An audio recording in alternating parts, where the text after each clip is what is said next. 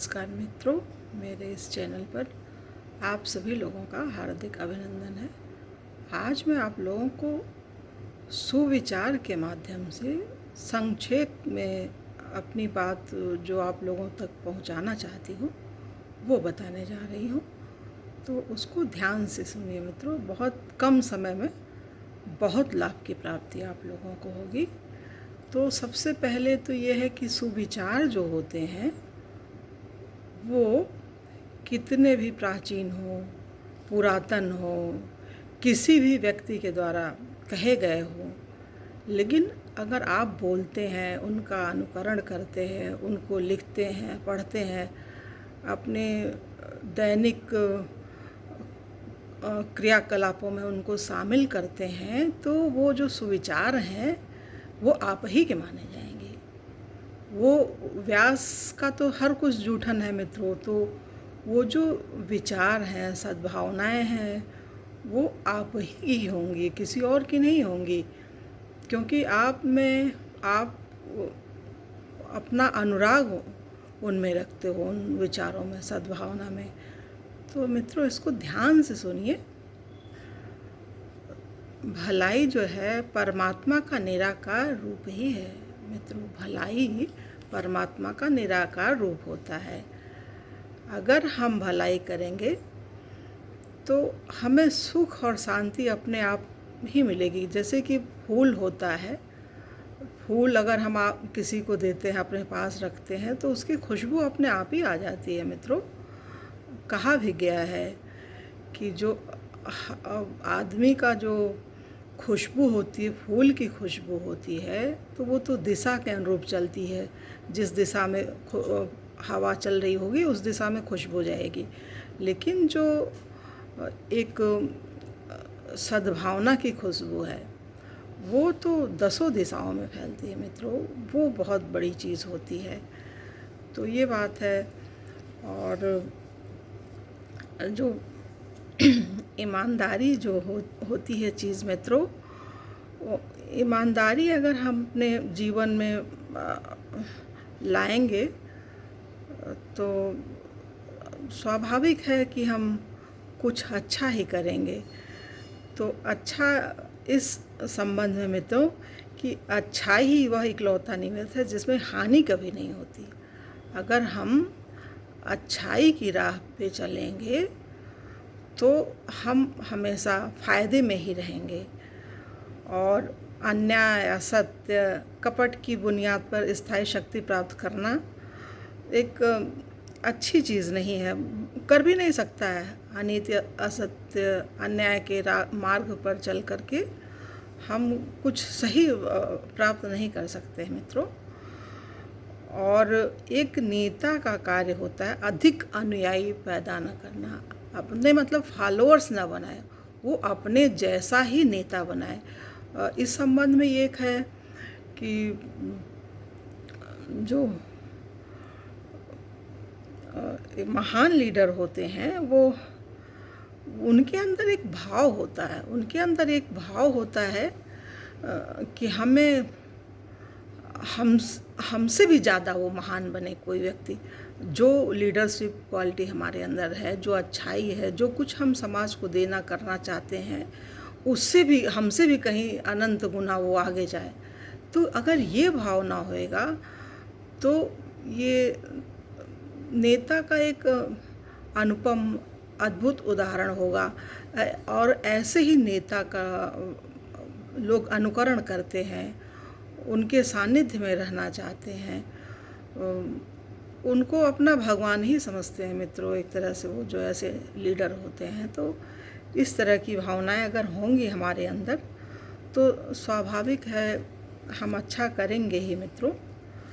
और आज का जो युग चल रहा है इसमें क्या है कि लोग ऐसी प्रतिस्पर्धा में हैं कि अपने प्रतिष्ठा में लगे हैं, अपने एक दिखावे की भावना में लगे हैं कि हम प्रतिष्ठित हों। अंदर चरित्रवान नहीं बनना चाह रहे हैं कि हम चरित्रवान बने। और चरित्रवान मित्रों वो होता है जिसकी जो तारीफ होते हैं देवदूत भगवान से करते हैं। और प्रतिष्ठित व्यक्ति वो होता है, प्रतिष्ठावान, कि लोग उसके कब्र पे जा कर के कुछ लिख देते हैं, कुछ अच्छा। और ऐसी कोई विशेष चीज़ नहीं होती है, वो क्षणिक होती है मित्रों। प्रतिष्ठा एक ऐसी चीज़ है वो जो क्षणिक है, जब तक है, एक पीढ़ी 2 पीढ़ी ज़्यादा से ज़्यादा, इसके बाद वो व्यक्ति भुला दिया जाता है। जो प्रतिष्ठावान होता है, जो किसी तरह से धन अर्जित करके अपना एक प्रभुत्व स्थापित करना चाहता है समाज में, तो वो बहुत समय तक नहीं चलता है, वो अमर नहीं होता है। तो चरित्रवान ही अमर होता है। तो चरित्रवान बनना है। जैसे चरित्रवान चंद्रशेखर आज़ाद जी थे, भारत की आज़ादी के लिए उन्होंने अपना सर्वस्व निछावर कर दिया। वो मार भी दिए गए अंग्रेज़ों के द्वारा। तो पिताजी भी जल्दी ख़त्म हो गए और सब भाई लोग भी, और एक बूढ़ी उनकी माँ थी बेचारी। तो वो अकेले वो अपना जीविकोपार्जन करने के लिए जंगल से लकड़ी लाती थी, उपले बनाती थी, उनको बेच करके उसी से अपना काम करती थी। और वो इतनी वृद्ध हो चली थी कि उनसे काम भी नहीं हो पाता था। तो उसको वो सत्तू टाइप की कोई चीज़ है, उसको घोल के पी लेती थी, और रोटी भी नहीं बनाती। कोई कहता था तुम्हारा बेटा ये डाकू है, चोर है, ये बोले नहीं नहीं, मेरा बेटा वो देशभक्त है, स्वतंत्रता संग्राम सेनानी है, ऐसा नहीं है, आप लोग गलत बोल रहे हो। तो उनकी माँ को उनके मित्र जो थे वो अपने पास ले आए झांसी में, और उनकी मूर्ति बनवाना चाहते थे मरणोपरांत। तो लोगों ने विरोध किया, तात्कालिक जो भी सरकार रही हो, उनके समर्थक बड़ा प्रयास करते रहे, लेकिन अंततः वो बन नहीं सकी। तो ऐसा नहीं होना चाहिए मित्रों। अगर कोई अच्छा व्यक्ति है तो उसके माँ पिता, उसके हर व्यक्ति का सम्मान होना चाहिए। कम से कम जननी का तो होना ही चाहिए मित्रों। एक जननी ने जो जन्म दिया अपने बच्चे को, इतना महान है, तो उसी महान माँ की वजह से तो है, तो उसको तो सम्मान मिलना ही चाहिए। तो ये सम्मान आज भी है उन लोगों को जो चरित्रवान हुए हैं हमारे देश के महान लोग, उनको तो हमेशा याद किया ही जाएगा। तो बस ऐसा ही बनना है, इसी तरह की भावना रखनी है। तो ये कुछ सूत्रात्मक बातें थी मित्रों जो हमने बताई। आशा है आप इसको अपने जीवन में लाएंगे और कुछ अच्छे बनेंगे, महान बनेंगे, महान व्यक्तियों की श्रेणी में आएंगे और जीवन को खुशियों से भर देंगे। और जब आपका जीवन खुशहाल होगा तभी आप खुशी दे सकेंगे। हम एक सामाजिक प्राणी हैं मित्रों। तो समाज सिर्फ हमारी वजह से नहीं है कि हम अकेले रहेंगे, हम ही को सब कुछ मिल जाए, तो नहीं। देश के लिए, समाज के लिए, विश्व के लिए जीना है। विश्व स्तर की जो सफलता होती है उसको लाने के लिए बहुत त्याग करना पड़ता है, बड़ा संघर्ष करना पड़ता है, कभी थकना नहीं पड़ता, चलते ही रहना पड़ता है। और जब हम चलेंगे तो ये बहुत बड़ा गुण होता है। ये जो काम करने का गुण होता है, परिश्रम का गुण होता है, ईमानदारी का मित्रों, ये अनंत शक्ति संपन्न होता है। आपको ऐसी शक्तियों से भर देगा ये सत्कर्म कि आप न चाहकर भी बहुत कुछ कर जाओगे। और वो स्वतः होता ही रहेगा, करना नहीं पड़ेगा, सोचना नहीं पड़ेगा, ऑटोमेटिक होता चला जाएगा। तो बस आप एक भावना रखिए कि हमें कुछ अच्छा करना है, अच्छा बनना है।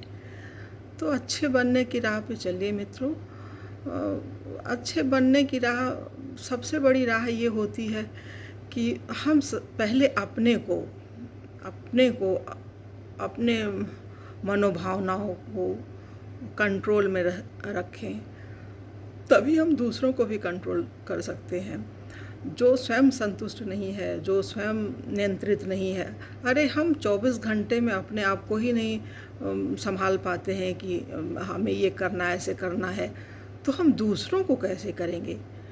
तो कंट्रोलिंग पावर हमारे अंदर है। जब हम स्वयं को नियंत्रित करेंगे, स्वयं को वश में रखेंगे अपने मन को, तभी हम दूसरों को भी रख सकते हैं मित्रों। तो ये ध्यान में रखिए, और इन बातों को आप ध्यान में रखेंगे तो निश्चित ही सफल होंगे, अच्छे होंगे, और खुशी आपके चारों तरफ फैली रहेगी, और एक सुगंध होगी खुशी की, सद्भावना की, श्रद्धा की, प्रज्ञा के, निष्ठा के। श्रद्धा सद्भावना है, प्रज्ञा सद्ज्ञान है, निष्ठा सत्कर्म है मित्रों। तो ये होना ही चाहिए, श्रद्धा, प्रज्ञा, निष्ठा।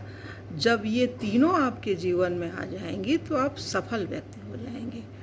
तो सफलता के बहुत छोटा सा फार्मूला है, ये सूत्र अगर ध्यान में रखेंगे तो आप निश्चित ही सफल होंगे। ठीक है मित्रों, आशा करते हैं कि आप लोगों को ये बातें अच्छी लगी होंगी और आप लोग इनको अपने जीवन में लाएंगे। तो ठीक है मित्रों, अगले वीडियो में पुनः मिलेंगे। तब तक के लिए जय हिंद, जय भारत, ओम शांति, ओम शांति।